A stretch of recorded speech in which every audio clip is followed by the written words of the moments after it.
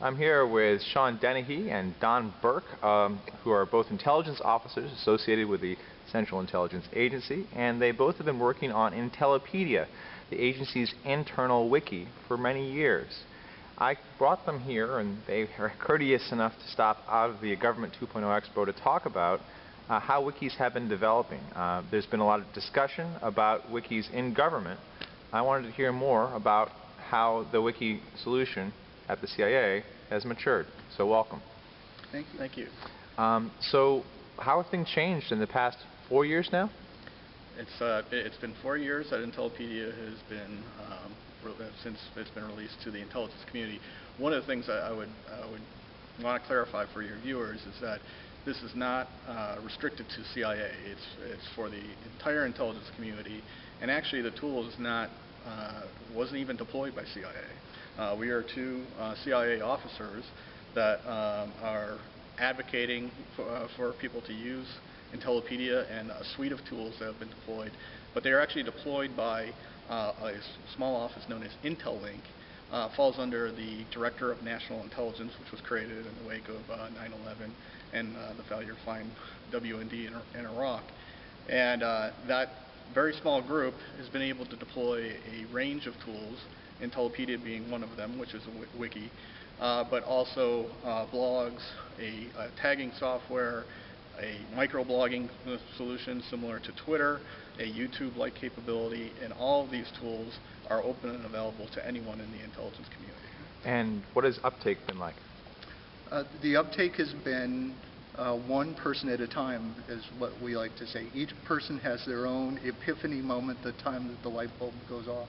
And if I were to articulate kind of where we are today as to where we were 4 years ago, is we've now seen more than 4 years of individuals coming to their own epiphany moment, to the point where we now have a huge conference center, 3,000 people about registered to be here to talk about Government 2.0. When we started in 2005, we would talk to individual rooms of 4 or 5 or 10 people, and we would have to even explain what a wiki was, and then have to respond to the laughter about the funny word wiki. And now we stand here with a large array of tools, from Drupal to SharePoint to any number of tools that people can employ internally and externally to increase the rate of participation among employees and the citizens that we serve. So when I started doing tech journalism, it was in the beginning of 2006, so roughly the same time period. And the discussion in the enterprise world, which was what I covered before that, and in many ways the intelligence agencies are some of the world's largest enterprises, it tended to be, what is this? What is a blog? What is a microblog? What the heck is Twitter? What is a wiki? The questions I'm hearing answered and asked back and forth today are, how are you using it? What does it do? What are the best ways to use it? So what have been your takeaways for the past 4 years of growing up inside of a culture that historically hasn't been all about knowledge sharing? Absolutely. We've come away, actually within the first several years, when these tools were first rolling out, we had set up a sabbatical program to train people on how to use the tools, because we knew that would be a dramatic cultural shift for people to put information, quote unquote, out there. And over the course of those first couple of years, we were able to develop 3 core principles to applying these tools inside an enterprise. And the first principle is to work at the broadest audience. And for the intelligence community, as you can imagine, that's a little bit of a countercultural phenomenon, to be able to put information out at the broadest audience, whichever network has the broadest access, and be able to work that way, because putting that stuff out at the broadest audience allows the greatest benefit for all and allows the tools to work at their best. We are not advocates. Both Don and I have about 20 years each in the intelligence community, so we've been around this block a couple times. We realize we can't share everything. Don actually articulated a term called breadcrumbs. So you start with a base camp of information out at that broadest audience, and then you leave a breadcrumb to the more sensitive data. And for Another enterprise, not the intelligence community, that could be proprietary data that you can't share at the broadest level, but you could provide a link into a site that provides access control, or it could be something as simple as, for additional information, see Joe, and here's the contact information number for Joe. So that's the first core principle. Jump into that. I would say we have three. The second one that I would emphasize is that we've focused on replacing existing processes. And so as the 4 years have gone by, we have been able to articulate how really these tools are just a different way of doing the same thing that individuals have to do already to get their job done.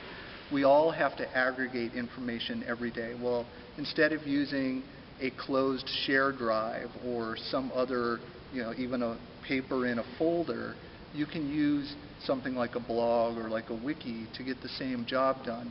And I think what we've seen over that 4 years is that the idea of doing that is becoming more normal. It's still not ubiquitous, but it is no longer the intellectual leap that it was 4 years ago.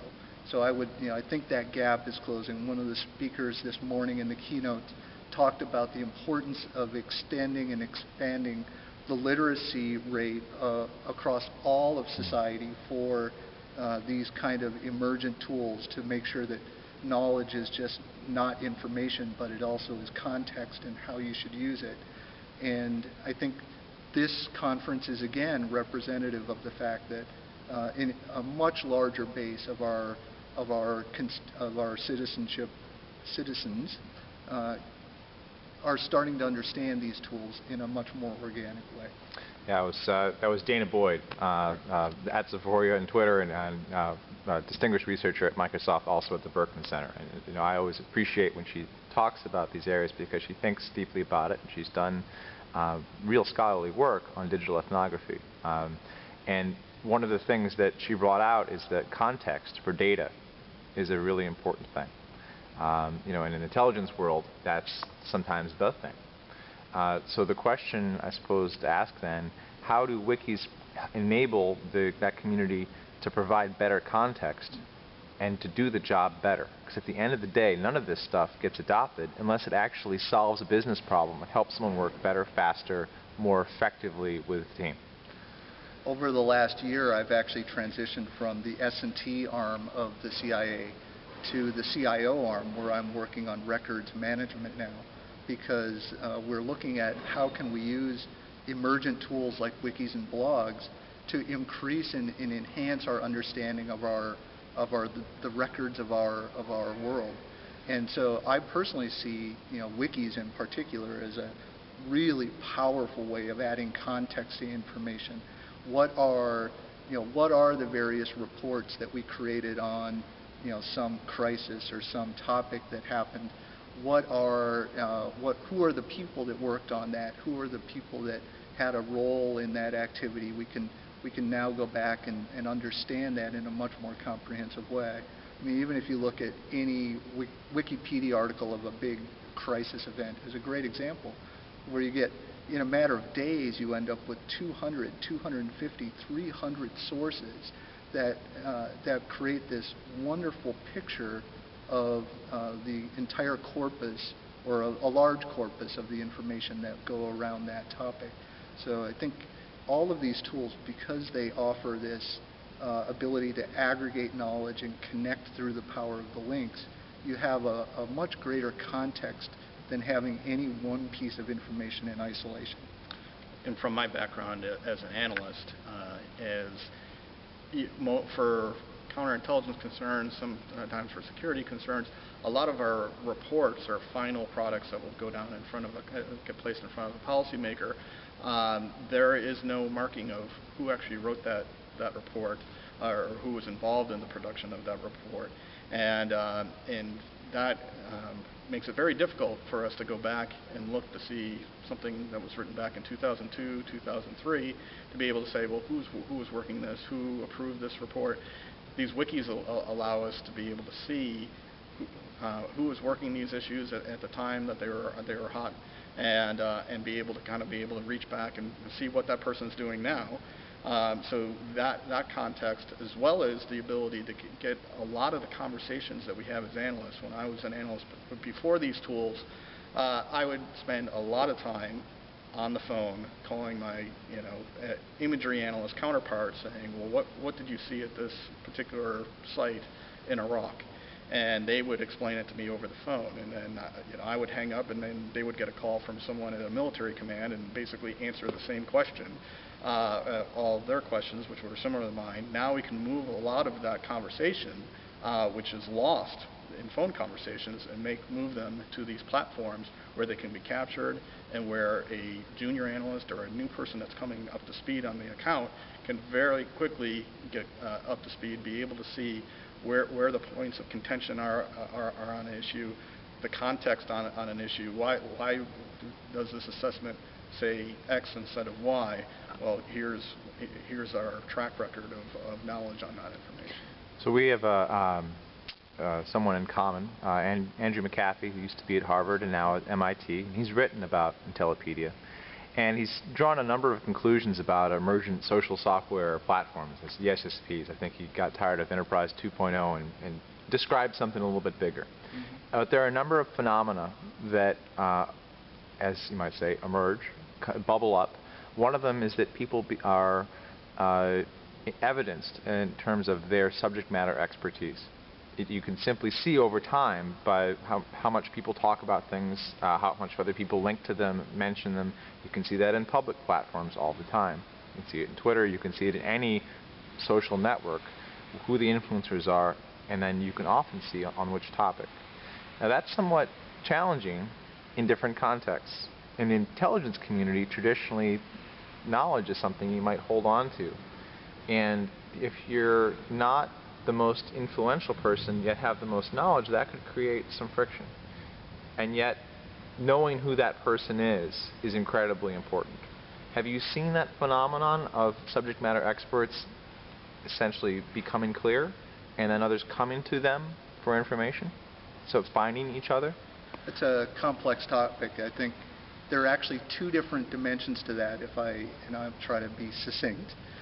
One is that there's a whole new generation of subject matter experts being created that as they started in the intelligence community, they start using these tools, they start building up their knowledge base. This is just the way they work. This is their Rolodex. This is how they create their personal brand. This is how they create their personal space. It's how they capture their base knowledge, all of that activity. Conversely, you have existing subject matter experts where that might be a little more difficult to get them into the space because they've spent 30 years learning how to make the current system work, and their Rolodex is so deep that with a couple of phone calls, they can make the current government do whatever they need to do to get their job done. So this is a real it's an interesting cultural shift. But you do see some people coming in as subject matter experts. Our number one contributor, or the number one contributor to Intellipedia for a long time, when he retired, he made sure that he went through all of his key documents and made sure that there were wiki articles on those topics to make sure that the most important things that he had worked on in his career were now captured in the wiki. And there's an interesting story that goes along with that. Is as he was creating a lot of these pages on issues that he worked back in the 60s, 70s, 80s, a lot of his information was dated. Some of the information we don't really cover anymore. Some of the topics we still cover today. And one of the pages that he created, we still look at heavily today. And out of the blue, he gets this phone call saying, "Why are you editing this page? All of your information is out of date. I've gone in. I'm the subject matter expert on this account now. I've gone in and I've added all of the information that we know today." And you expecting this big clash of identities, and the person said, "Thanks, system worked." And that's really how it works. So now that person, that subject matter expert, sees that, and now they've taken some ownership of that issue. They want to make sure that issue, that if it's going to be out on Intellipedia, they want to make sure it's correct. So now that actually got that person to contribute, actually seeing dated information in there, because they're passionate. A lot of this is about tapping into people's passions, and Kathy Sierra talked about that this morning as well. And that's what we're trying to do, is tap into people's passions, whether what issue they're working, and move that passion into these tools, and see the benefits they can get by putting their information out on these tools. And there's a third really interesting case that has just emerged over the last few months, which is a team of analysts who have slowly built their social media skills over the last 3 years, having gone through our sabbaticals. They quietly worked on basic topic pages for a while, and then over the last few months there was a big issue that emerged, and they were ready at that point to jump. And at that, they then started a wiki article immediately when that initial issue started, and they just started building their topical information there, while they also worked side by side to build their official information to go to the customer. But when they did that, they also included a link to the wiki article saying, for the living information to see what's going on as this evolves, just follow this link to this article. And the mission managers loved that, and it was a really powerful way of they've sort of built their skills, and then when the moment was ready, they just jumped, and they were ready to act really quickly. So a famous publisher once said that journalists write the rough draft of history. And by and large, I would think some of that is also happening behind the firewall of the intelligence agencies. You write what you know, and then as you get more information, you add to it. So this is no longer bound up in static documents. It's now a living, breathing thing that people are feeding. That's right. The only challenge is getting from that culture of where knowledge is power to where knowledge and sharing it is something that in itself brings you influence and helps the community. What are the most effective case studies or examples that you share with someone who's resistant to that idea? How do you show the power of doing that? Well, we don't use a specific example because it is so personal. So our approach for the last 5 years has always been a very personalized, one-on-one approach with an individual or a team. We literally will go in, sit down with them, try to understand their business line, their business issues, and then essentially cultivate a strategy or create a strategy that helps articulate how they would use it for their needs. And I think that's one of the key areas for us as a success, is that both of us came out of mission. We were steeped in the mission at hand, and so we could speak in the lexicon and the phraseology and the understanding of that mission, and that helped us talk about the mission need rather than the tool itself. Right. And with our sabbatical program, we often encourage people to come to the program with a project in mind. You're not going to be, quote unquote, offline while you're taking this training. You're going to be online. You're actually going to be doing your work, except you're just going to be doing your work in a new forum, and we're going to teach you how to do that. And during those sabbatical classes, we often have people that have been able to successfully make that transition. So if it's an analyst or an engineer that has been able to kind of move their process into it, we would bring those folks in and have them just kind of say, this is how I used to work, and now this is how I work with these tools. And hopefully by demonstrating some of the people that have been able to do this, the students that participate in the sabbatical will be able to kind of have that light bulb moment that Don talks about, where he goes, oh, okay, I can use this for X or Y or Z. So last question. We've seen this transition now in larger culture. People no longer poo-poo this as necessarily a fad in terms of seeing how a social layer of technology on the internet or on enterprise networks really can change the way people work. As they say, it's not just about what is it anymore, but how do you do it? How do you make it work better? Bottom line is social software helping the intelligence agencies to get the job done better for their customers and to protect the American people. I mean, it seems like that's a yes. What we talk about is the 1,000 small wins. We don't talk about this grandiose big thing that happened because of Intellipedia. It's the simple things like when I pick up these secure phones that we use in the community and be able to figure out, okay, I need to call someone over at NGA, National Geospatial Intelligence Agency. Well, there's a special code I need to punch in. What is that code? But they can find that code on Intellipedia now. Whether it's who works my issue. We had a panel that talked about and the use of Intellipedia in the intelligence community. And one of the analysts, Matt Burton, talked about when he was in the intelligence community, there was no simple way for him to find his counterparts in the intelligence community. Now, more likely than not, he's going to find his counterparts through Intellipedia and through blogs and through our microblogging capability. So those tools now exist. But I would hesitate to say that we've gotten past the stage where people think that this is just a fad. There's many people, both inside our community and just the world writ large, that still consider this a fad. And that's why we continue to kind of trumpet these 1,000 small wins and get those in front of managers, key decision makers, and saying, here, this is what happened because of these tools, in order to kind of get them past that, oh, this is just a fad stage, or this is just for the youth generation. Okay. All right. Well, thank you very much, gentlemen, and I'll see you online.